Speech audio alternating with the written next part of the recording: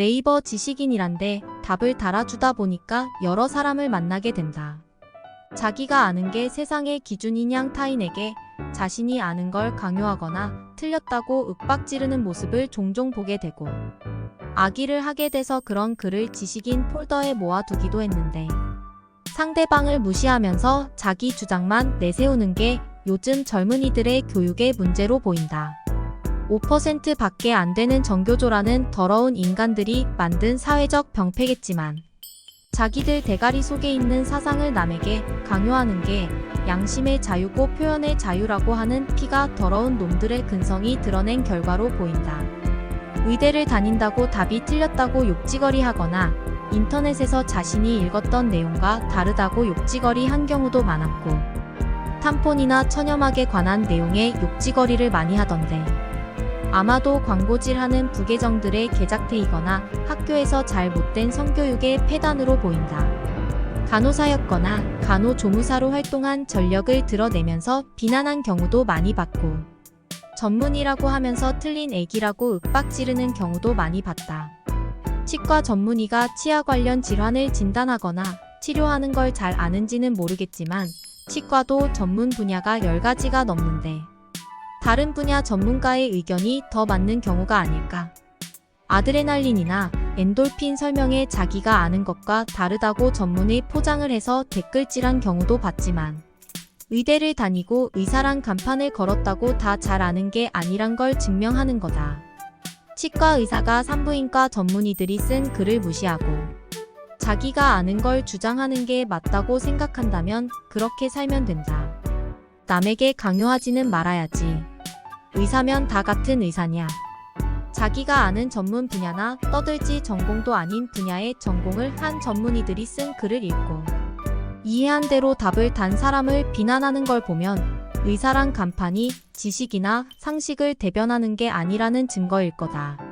대학 교수나 전문직인 변호사 판사들과 얘기를 하다 보면 편협한 사고를 가진 경우를 종종 본다. 그 분야에서는 만인 지식을 가지고 타인을 대변하는지 모르겠지만 그 분야 외에는 내가 생각하는 상식이 부족한 것 같다. 언젠가 아들하고 같이 저녁을 먹으면서 아들에게 이런 얘기를 한 적이 있다. 만약에 아들이 배가 고파 죽게 되었을 때 아빠가 일을 해서 돈을 벌어 먹일 능력이 못 되었다면 아들이 죽는 걸 보게 되더라도 도둑질이나 강도질을 해서 너를 살리고 싶은 생각은 없다고. 아들이 무슨 생각을 할지는 나도 모른다. 아들이 사는 게 중요할까 아니면 내가 사회의 범죄를 저지르지 않는 게 중요할까? 삶에 집착을 한다면 사는 것에 모든 걸 걸겠지만 그렇다고 남에게 피해를 주는 게 바람직하지 않다는 건 내 생각이다. 다른 사람들이 여기에 동의를 하던 말던 나는 나대로 살면 되고 여기 동의를 하지 않는다면 그 사람은 그 사람 생각대로 살면 된다. 그런데 그걸 비난하거나 욕지거리를 하는 걸 보면 구역질이 난다. 당구를 칠 때 상대방에게 지면 내가 못 치는 것이고 상대방에게 이기면 내가 잘 치는 게 되는 경우를 종종 보는데 이해가 가지를 않는다. 공이 치기 쉽게 확률이 높은 경우가 많았다면 점수가 빨리 날 것이고 그렇지 않았다면 점수가 나는데 이닝이나 시간이 많이 걸렸을 것이다. 나는 대다이에서 3쿠션을 치는 내가 보는 기준은 40분 안에 40이닝 안에 자기 점수를 쳐야 자기 실력으로 본다. 물론 내가 정한 기준이다. 나는 저걸 기준으로 내가 잘 쳤다 못 쳤다 판단을 하는데 다른 사람들과 생각이 좀 다른 경우를 종종 본다. 1시간 반이나 쳐서 게임이 끝나고 나서 상대가 나보고 내 점수가 실력보다 높다고 얘기하던데 그럼 상대는 잘 친 걸까? 게임은 매번 여러 변수에 따라 변화가 생기기 때문에 단지 승부의 결과가 실력을 평가하는 건 아니다. 점수가 낮고 잘 못 치지만 다른 사람들이 잘 치는 거로 보인다고 얘기를 할 때가 제일 기분이 좋다. 그때는 운이 안 좋아서 결과가 나쁘게 나온 거로 볼 수도 있기 때문이다. 나는 고점자가 되는 걸 원하지도 않고 묘기를 부리는 것도 좋아하지 않는다. 모든 공을 다 쳐낼 수 있는 능력을 가지고 싶은 생각도 없다. 단지 몇 가지 방법으로 몇 가지 경우에 공이 섰을 때 그 공을 쳐보고 싶고 TV에서 프로들이 친 공이나 고점자들이 친 공을 기억했다가 그런 유형의 공이 섰을 때 그냥 따라서 흉내내서 쳐보고 싶을 뿐이다. 골프에서 홀인원이 있고 볼링에서 퍼펙트가 있듯이 나도 당구에서 한 번에 하이런 10개를 치는 걸 꿈꾸면서 친다. 매번은 못하더라도 당구를 치는 동안은 한번 해보고 싶은 기록이다. 그런 애기를 하면 미쳤다고 애기하는 사람들을 종종 보는데 내 점수 수준에서는 아마도 가능성이 희박하기 때문일 거다. 그러나 나는 하고 싶다는 것이지 그렇게 했다는 게 아니다. 그런 희망을 가지는 게 불만인 사람들은 무슨 이유일까? 자신들이 고점자인데도 그렇게 해본 적이 없어서 그냥 희망은 희망이다. 가능성이 아무리 낮아도 그런 희망을 가져보고 또 그런 기회가 온다면 해보고 싶다는 생각을 하고 말을 하는 게 잘못이라고 하는 게 바람직한 사회인가? 내가 그런 희망을 가졌다고 다른 사람에게 강요를 했는가? 왜 타인의 희망을 비난하는지 이해가 안 간다. 삼성 이건희 회장이 죽고 나서 이 회장이 했던 말들이 회자되고는 한다. 뛸 사람은 뛰고 놀 사람은 놀아도 되지만 남의 발목은 잡지 말고 가만히 있으라. 자신이 노력을 해서 남을 앞설 생각은 하지 않고 남을 방해해서 앞서 나가려는 못된 생각을 가진 사람들에 대한 경각심을 주는 말입니다. 사람은 100년을 못 가고 기업도 50년을 못 가는 우리 사회는 어느 영역에서든 1등을 한다거나 1등의 자리를 지킨다는 것은 어려운 길입니다. 그 뒤를 따라오는 수많은 사람들과 기업의 견제 속에서 같이 경쟁을 해야 하기 때문입니다. 우리가 일본에 뒤 떨어져 있었을 때 그들을 뛰어넘기 위해서 노력을 했고 중국에 따라 잡히지 않기 위해서 기술 격차를 넓혀 가야 하는 때입니다. 재벌이라는 기업의 이윤 추구나 이윤 독점적 지위를 사용해서 그들이 배를 채우는 것은 공정하지 못한 처사이고 개선책은 세워가야 하겠지만 그 재벌이 없었다면 지금이라도 그 재벌이 없다면 당장 우리나라에 외화를 벌어들일 기업이 없다는 불행한 현실을 등한시하지 말아야 합니다. 그런 기업들이 성장 과정에서 다소 무리가 있었더라도 그런 기업이 없다면 지금 겪고 있는 이 열악한 경제 상황을 벗어날 수가 없습니다. 지금 정권이 못 죽여서 난리가 난 그룹들이 그런 자금력을 만들지 못했다면 지금의 기업들은 존재하지 않습니다. 삼성에게 전자산업을 하라고 권했던 코스모스는 지금 사라졌습니다. 그러나 삼성은 그 기업을 세계적인 기업으로 키웠습니다. 나는 네이버나 다음 같은 기업들이 이 나라에서는 악덕 기업이라고 생각합니다. 처음 야후와 경쟁하던 포털일 때는 자신들이 작은 기업이고 대한민국 포털이라는 이유만으로 국가와 국민들의 지원을 받아서 성장을 했음에도 불구하고 지금은 독점적 위치에서 뒤를 쫓아오는 중소 스마트 기업들을 막아서는 그들의 작태는 바람직한 게 아닙니다. 앞에 재벌들이 그렇게 해서 그들이 성장했기 때문에 재벌들을 욕하면서도 정작 그들은 그들의 이익을 위해서 그보다 더한 짓거리를 하고 있는 현실을 본다면 개구리가 올챙이 적을 생각 못하는 것과 같습니다.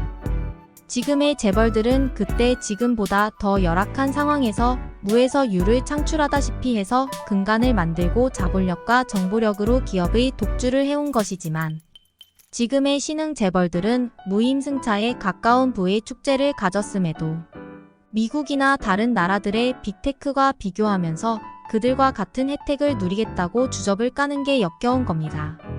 빅테크는 언젠가는 인류를 위해서 통제를 받아야 할 대상들입니다. 그럴 때 저런 기업들도 당연히 통제를 받아야 합니다. 우리의 하루는 선택과 함께 시작된다.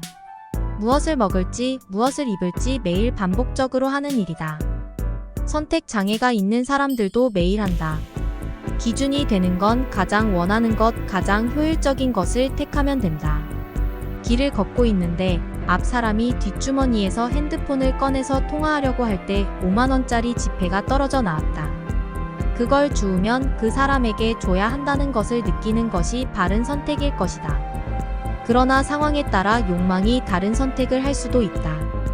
어떤 사람이 이틀 동안 음식다운 식사를 해본 적이 없고 당장 배가 많이 고프고 주변에서는 음식 냄새가 나서 참기 힘들 때 그 사람이 누가 떨어뜨린 것인지도 모르는 돈을 주었다면 그는 그 욕망을 이기고 그 돈을 알지도 못하는 주인에게 돌려줄 수 있을까?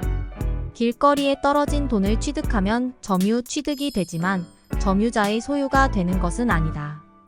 그러나 소유자가 누군지도 모르는 사람을 찾아주겠다고 경찰서에 가서 돈을 맡기는 것과 당장 식사가 필요한 사람이 그 돈으로 한 끼 식사를 사 먹는 것 중에 어느 것이 옳다고 할 수 있을까? 이런 선택을 할 때는 누구나 갈등을 겪게 된다. 공리주의자 제레미 벤담이라면 어떤 선택을 권할까? 우리가 옳고 그름을 판단하기 어려울 때 법원에 그 판단을 구한다. 옳고 그름을 판단하기보다는 죄가 되는 내용이 법에 명시되어 있기 때문에 그 법에 따른 판단을 구하는 것이다. 그러나 그 법도 도덕 아래 상식과 법전에 있는 글귀를 따르던가 관습을 따르는 경우도 있다. 법의 판단을 구하는 법원도 자의적인 해석이 가능하다. 또한 돈을 벌려는 변호사와 같은 법조인들은 자신들이 돈을 버는 데만 관심이 있다. 제레미 벤담은 그가 살던 때의 법원의 판결을 두고 정확한 기준도, 공리의 목적도 없이 사람들을 처벌하는 당시의 영국의 법은 개를 훈련시키는 것과 다를 게 없다고 했다. 제레미 벤담이 공리주의를 제창하던 시절의 영국은 전통적이고 관습적인 기준을 가지고 있었기 때문에 제도는 변해야 한다고 했다. 그래서 어느 법관은 공리는 위험한 원칙이고 어떤 경우에는 그것을 염두에 두는 것조차도 위험하다고 말했다. 벤담이 볼 때는 아주 사소한 잘못으로라도 사람이 사형을 받을 수 있다는 걸 느꼈고 무엇이 잘못되었는지 또 얼마나 잘못되었는지 말해줄 수 있는 기준이 필요하다고 느꼈다. 그래서 벤담은 자연적인 체계로 범죄를 나누었다. 어떤 행위가 쾌락보다 고통을 더 발생시켰다면 그것을 범죄라고 본 것이다. 벤담은 법조인의 길을 포기하고 옳고 그름의 기준이 무엇인지에 대해 고민하기 시작했다. 종교나 관습이 기준이 될 수 없었다. 내세를 위한 것과 과거에 얽힌 것이 현재를 사는 우리의 기준이 될 수는 없었다. 인간은 본성상 해악을 꺼리는 경향이 있다. 불행, 불편, 손해 이것들은 우리에게 고통을 준다. 따라서 고통은 피해야 한다. 하지만 즐거움, 행복에 대해서는 쾌락 때문에 본능적으로 끌리게 되어 있다. 인간은 고통과 쾌락에 지배당하는 존재인데 쾌락의 극대화만이 옳고 그름의 기준이 된다고 봤다. 쾌락은 일반적인 우리가 감각적이고 육체적인 것을 떠올리지만 벤담이 말한 14가지 중에 하나일 뿐이다. 좋은 관계에서 오는 쾌락, 즐거운 상상에서 오는 쾌락, 그리고 경건함의 쾌락도 있다. 즉 쾌락이란 모든 즐거움을 의미하고 옳다는 기준으로 봤다. 벤담은 쾌락의 양을 정량화할 수 있다고 했다. 모든 이해관계자의 고통과 쾌락의 정량을 더해 쾌락 쪽으로 기운다면 그것이 옳은 선택이라고 봤다. 벤담은 이 선택의 기준이 개인의 삶을 넘어 국가적 과제에도 적용되어야 한다고 했다. 최대 다수의 최대 행복이라는 벤담의 말의 의미는 가능한 많은 쾌락을 만들고 가능한 고통을 줄이는 행동을 하라는 의미이다. 그래서 우리가 그런 기준으로 행동하는 것처럼 정부나 법을 만들 때도 그 기준으로 행동하라고 하는 것이다. 벤담이 주장하는 것은 법률의 목적이 공동체 전체의 행복을 위한 것이어야 한다며 신분이나 재산이나 인종에 무관하게 모든 사람들이 평등하다는 것을 기준으로 하며 모든 이들의 행복을 위한 것이기 때문에 일부 계층이나 특정 사람을 위해서가 아니라 최대 많은 시민을 위해서 법률이 만들어지고 해석되어야 한다는 것이다. 공리주의의 원칙대로 말한다면 모든 사람의 고통과 쾌락은 같은 무게로 다뤄져야 한다. 공리주의는 모든 사람들을 위한다고는 하지만 최대 다수가 되지 못하는 희생자가 생긴다. 그것이 과연 옳은 것일까? 갑자기 한 젊은이가 길에 쓰러졌다. 119가 급하게 응급실로 이송했지만 오랫동안 뇌에 혈액이 돌지 못해서 뇌사 상태에 빠졌고 2주를 넘기기 어렵다는 의사의 판단이다. 이에 의사가 보호자에게 젊은이의 장기를 다른 사람을 살리는데 사용하게 장기 기증을 권했을 때 그 보호자의 선택은 어떤 선택이 옳을까? 보호자는 동의했고 1시간 내에 심장이 멎으면 장기 적출을 해야 하는 상황인데 심장이 멈추지 않고 계속 박동을 했고 이런 상태라면 장기를 사용할 수 없게 될 때, 의사가 치사량의 몰핀을 투여하여 젊은이의 사망을 앞당길 때 보호자가 그 의사의 판단과 행동을 옳다고 볼까? 이 논쟁은 정의를 논할 때 자주 나오는 트롤리 문제를 거론했다. 열차가 달리는 선로에 5명의 인부가 작업 중이었고 그들은 기차가 오는 것을 알지 못해서 작업을 계속하고 있었으며 그들을 발견한 기관차 운전수는 열차를 세우려고 브레이크를 밟았지만 브레이크는 고장이 나서 그 기차는 계속 달렸다. 그 작업자들이 있는 곳으로 기차가 달려갈 때 옆으로 나가는 다른 선로가 보였는데 기관사는 그 옆길로 가는 것을 선택하려는데 그러나 그 지선에도 한 사람이 서 있는 것이 보였다. 이때 5명을 살리기 위해서 1명을 희생하는 것이 옳은 것이냐는 것이다. 조금 다른 상황은 달려오는 기차가 철로 위에 있는 5명의 작업자를 치어 죽일 수 있을 때 그 열차를 멈추기 위해서 자신의 옆에 있는 사람을 밀어 철로 위로 떨어뜨려 죽이면서 열차를 세웠다면 이것도 같은 것일까? 5명을 살리기 위해서 1명을 희생하는 것인데 뭐가 다른 걸까? 종교가 지배하고 왕이 군림하던 시대를 살았던 칸트도 옳고 그름의 원리에 고민을 했다. 그러나 칸트는 그 원리를 신과 왕에게서 찾지 않았다. 갑자기 한 여자가 뛰어와서 살려달라고 애원하자 남자는 그 여자를 집안에 숨겼다. 그리고 얼마 안 있어 여자가 말한 그 사람이 흉기를 들고 나타났다. 그 사람은 그 여자의 사진을 보여주며 그 여자가 어디 있는지 물었다. 거짓말을 해야 여자를 살릴 수 있지만 집주인 남자는 사실대로 말했다. 칸트는 이 집주인 남자의 행동이 옳다고 말했다. 공리주의의 옳은 행동은 최대한 많은 쾌락을 가져오는 것이기 때문에 결과가 좋아야 과정도 옳은 것이 된다. 회사의 임원이 사장의 결제를 받으러 와서 우리 회사에 돈을 많이 벌어주기는 하지만 환경에 피해를 줄 것 같다고 말했다. 그런데 결제를 할 사장은 그렇겠지만 자신은 그런 문제에 전혀 신경 쓰지 않는다고 말하며 자신이 신경 쓰는 것은 되도록 돈을 많이 버는 것뿐이라며 결제를 하며 착수하라고 했다. 자신의 이익을 위해 환경해쳐 많은 사람들에게 피해를 주는 것은 분명 옳지 않다. 하지만 결과가 정반대였다면 어떨까? 회사의 임원이 사장의 결제를 받으러 와서 우리 회사에 돈을 많이 벌어주기도 하지만 환경에도 좋은 영향을 줄 것 같다고 말했다. 그런데 결제를 할 사장은 그렇겠지만 자신은 그런 문제에 전혀 신경 쓰지 않는다고 말하며 자신이 신경 쓰는 것은 되도록 돈을 많이 버는 것뿐이라며 결제를 하며 착수하라고 했다. 공리주의의 원칙에 따르면 사장의 결정은 옳다. 그러나 자신의 이익 때문에 한 행동이라 우리는 아직도 아니라고 말한다. 인간은 왜 원하는 대로가 아니라 올바로 살아야 하는 것인가? 인간은 선한 의지를 가지고 있기 때문이다. 칸트는 이 선한 의지가 짐승과 다른 존엄한 존재로 만드는 것이라고 했다. 그런데 칸트가 말하는 옳다는 것이 착하다는 의미는 아니다. 어리숙한 손님이 빵가게를 와서 빵을 열게 달라고 손가락을 펴서 빵가게 주인이 빵을 열게 포장해 주었는데 그 손님은 5만원짜리 지폐를 주고 떠났다.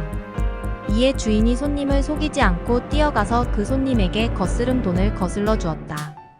그러자 그 장면을 본 어떤 손님이 그냥 돈을 받아도 될 텐데 거스름 돈을 돌려주는 걸 보니까 사장님은 참 정직하시네요 라고 말했다. 이에 주인은 빵을 하나 팔아도 인간이라면 정직해야 한다고 답했다. 칸트는 주인의 행동이 옳다고 했는데 칸트가 아니라도 그 누구라도 주인의 행동은 옳다고 했을 것이다. 그리고 그 여자 손님은 빵 5,000원어치를 달라고 했다. 포장을 해주면서 주인은 그 여자 손님에게 만두 하나 팔아도 정직해야지 손님들이 믿고 오지 않겠느냐고 말했다. 칸트는 순수하게 옳기 때문에 한 행동이 아니라 의무로 한 행동이 아니라서 주인의 행동이 옳지 않다고 했다. 의무로 한 행동은 옳은 것이지만 뭔가를 바라고 한 행동은 도덕적인 행동이 아니라 옳지 않다는 것이다. 칸트는 뭔가를 바라고 하는 선한 행동을 가언 명령이라고 말했다. 당연히 해야만 하는 행동을 한 것이라면 정언 명령이라고 했다. 칸트는 오로지 이성으로부터 나온 정언 명령만 옳다고 했다.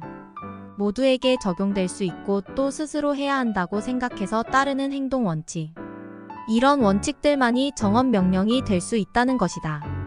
정언명령인지 아닌지 구분하는 방법이 어렵지만 답은 보편성에 있다. 어떤 사람이 친구에게 전화를 해서 돈 좀 있냐고 물었다.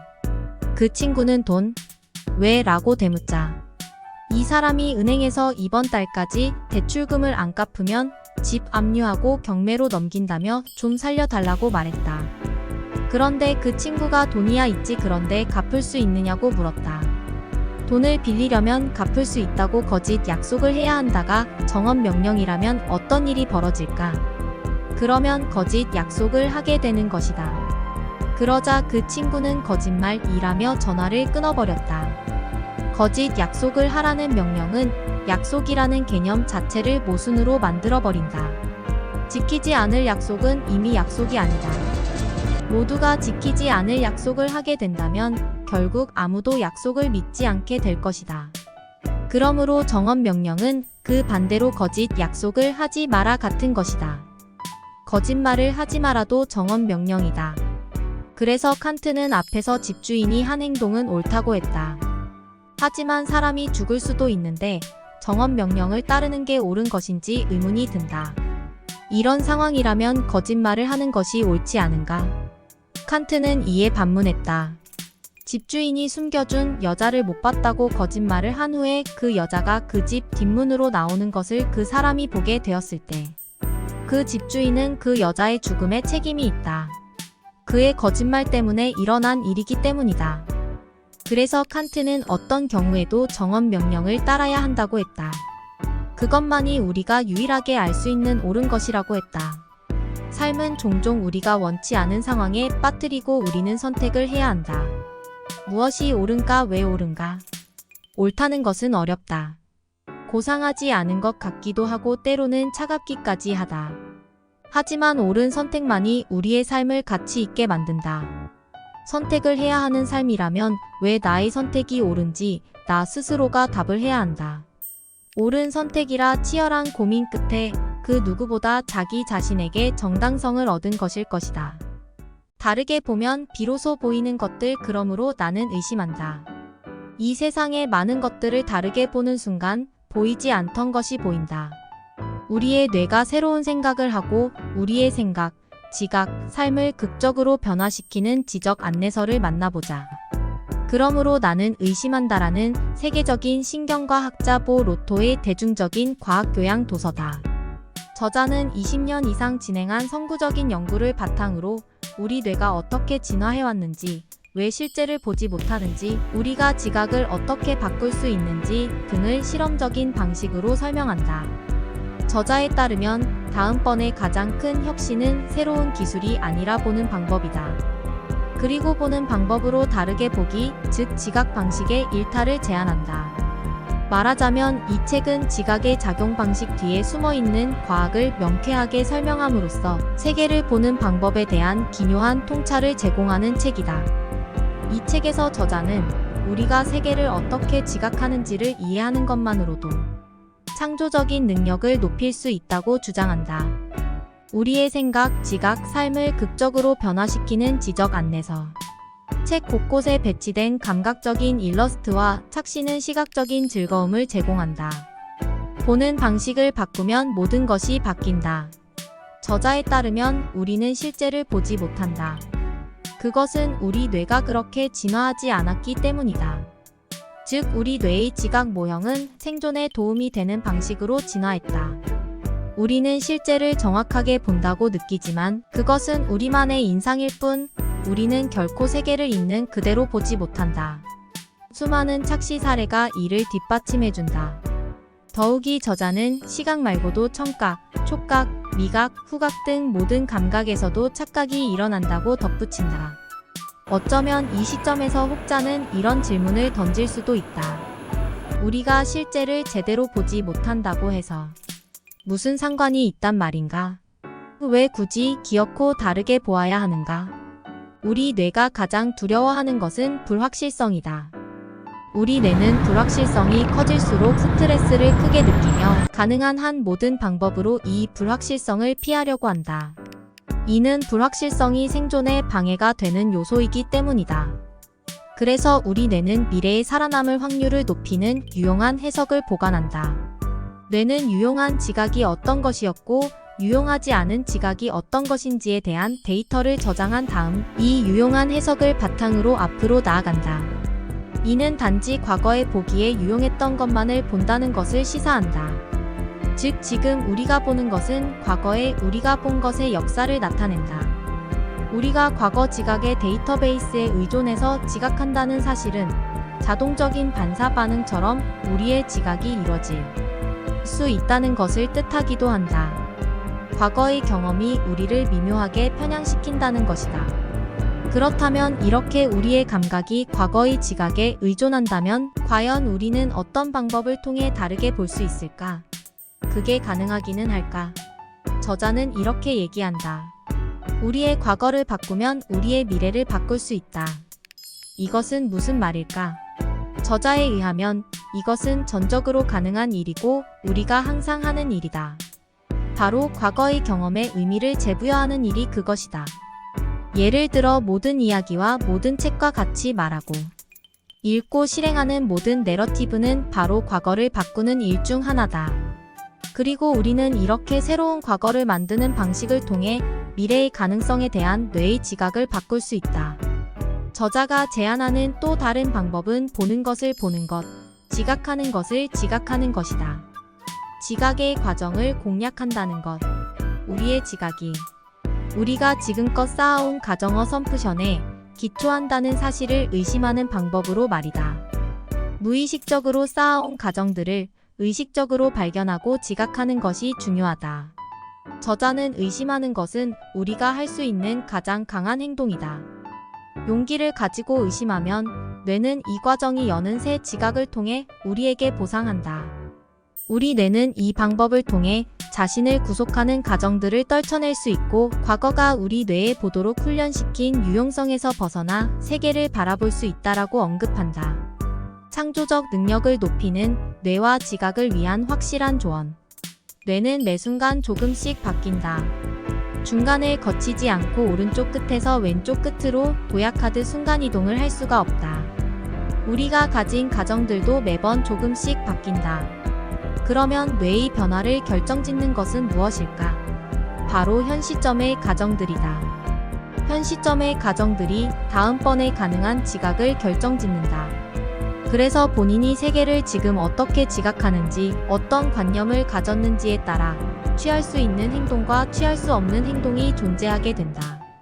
그리고 어떤 행동이 가능한지는 어떤 가정들을 축적했는지에 따라 결정된다.